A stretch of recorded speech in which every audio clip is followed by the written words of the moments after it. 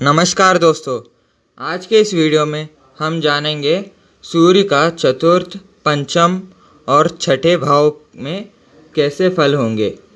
दोस्तों, पहले शुरुआत करते हैं चौथे भाव के फल से। यदि सूर्य शुभ है तो जातक बुद्धिमान, दयालु और अच्छा प्रशंसक होगा। उसके पास आमदनी का स्थिर स्रोत होगा। ऐसा जातक मरने के बाद अपने वंशजों के लिए बहुत धन और बड़ी विरासत छोड़ जाता है।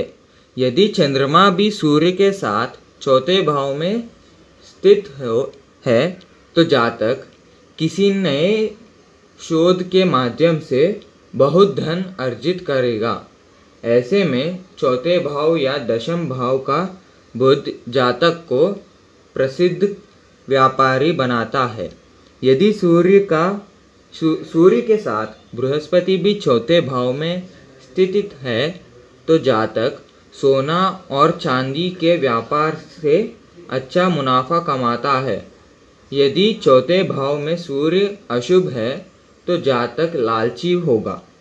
जातक को चोरी करने और दूसरों को नुकसान पहुंचाने में मज़ा आता है। यह प्रवृत्ति अंततः बहुत बुरे परिणामों को जन्म देती है। यदि शनि सातवें भाव में हो तो जातक को रतेंदी रोग से हो सकता है। यदि सूर्य चौथे भाव में पीड़ित हो और मंगल दशम भाव में हो तो जातक की आँखों में दोष हो सकता है, लेकिन उसकी किस्मत कमज़ोर नहीं होगी।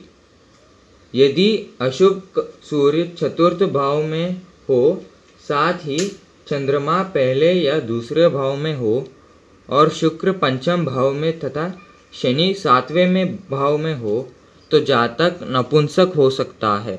तो दोस्तों, इस अशुभ फलों की कमी के लिए उपाय के तौर पर ज़रूरतमंद या अंधे लोगों को दान दे और खाना बांटे। लोहे और लकड़ी के साथ जुड़ा व्यापार ना करें।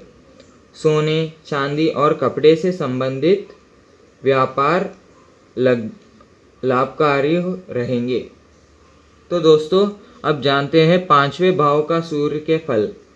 दोस्तों, यदि सूर्य शुभ है तो निश्चित ही परिवार तथा बच्चों की प्रगति और समृद्धि होगी।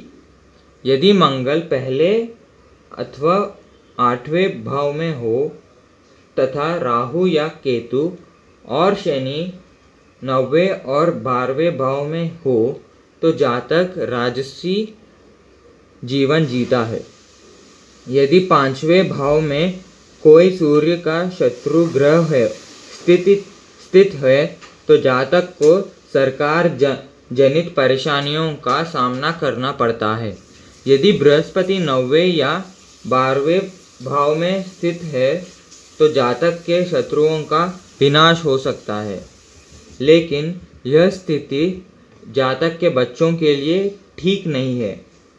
यदि पांचवें भाव का सूर्य अशुभ है और बृहस्पति 10वें भाव में है तो जातक की पत्नी जीवित नहीं रहती है और चाहे वह जितनी विवाह कर ले, पत्नियों मरती रहती जाएंगी। यदि पांचवें भाव में अशुभ सूर्य हो और शनि तीसरे भाव में हो तो जातक के पुत्र जीवित नहीं रहते। तो दोस्तों, इस अशुभ फल की उपाय के लिए संतान पैदा करने में देरी नहीं करनी चाहिए। अपनी रसोई को घर के पूर्वी भाग में बनाना शुभ फल का संकेत बन सकता है और लगातार 43 दिनों तक सरसों के तेल की कुछ बूंदें ज़मीन पर गिराएं। तो दोस्तों, और अंत में सूर्य का छठे भाव के फल जानेंगे। दोस्तों, यदि सूर्य शुभ है तो जातक भाग्यशाली, क्रोधी, सुंदर जीवन साथी वाला तथा सरकार से लाभ पाने वाला होता है। यदि सूर्य छठे भाव में हो, चंद्रमा, मंगल और बृहस्पति दूसरे भाव में हो तो परंपरा का निर्वाह करना फायदेमंद रहता है। यदि सूर्य छठे भाव में हो और सातवें भाव में केतु या राहु हो तो जातक के एक पुत्र होगा और वह 48 सालों के बाद भाग्योन्नति होती है। यदि दूसरे भाव में कोई भी ग्रह न हो तो जातक को जीवन के 42वें साल में सरकारी नौकरी मिलती है।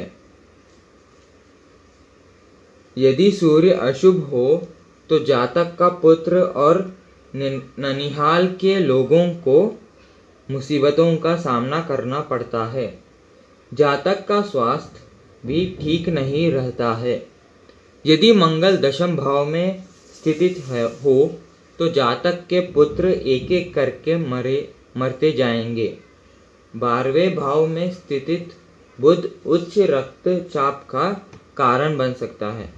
दोस्तों, सूर्य के इस अशुभ फल प्रभाव को कम करने के लिए उपाय में कुल परंपरा और धार्मिक परंपराओं का पालन करें और अन्यथा परिवार की प्रगति और प्रसन्नता नष्ट होती है।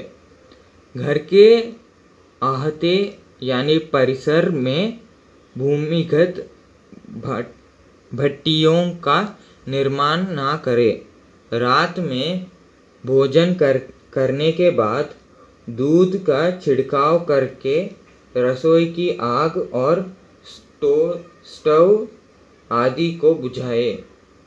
हमेशा अपने घर के परिसर में गंगाजल रखें। बंदरों को गेहूं अथवा गुड़ खिलाएं।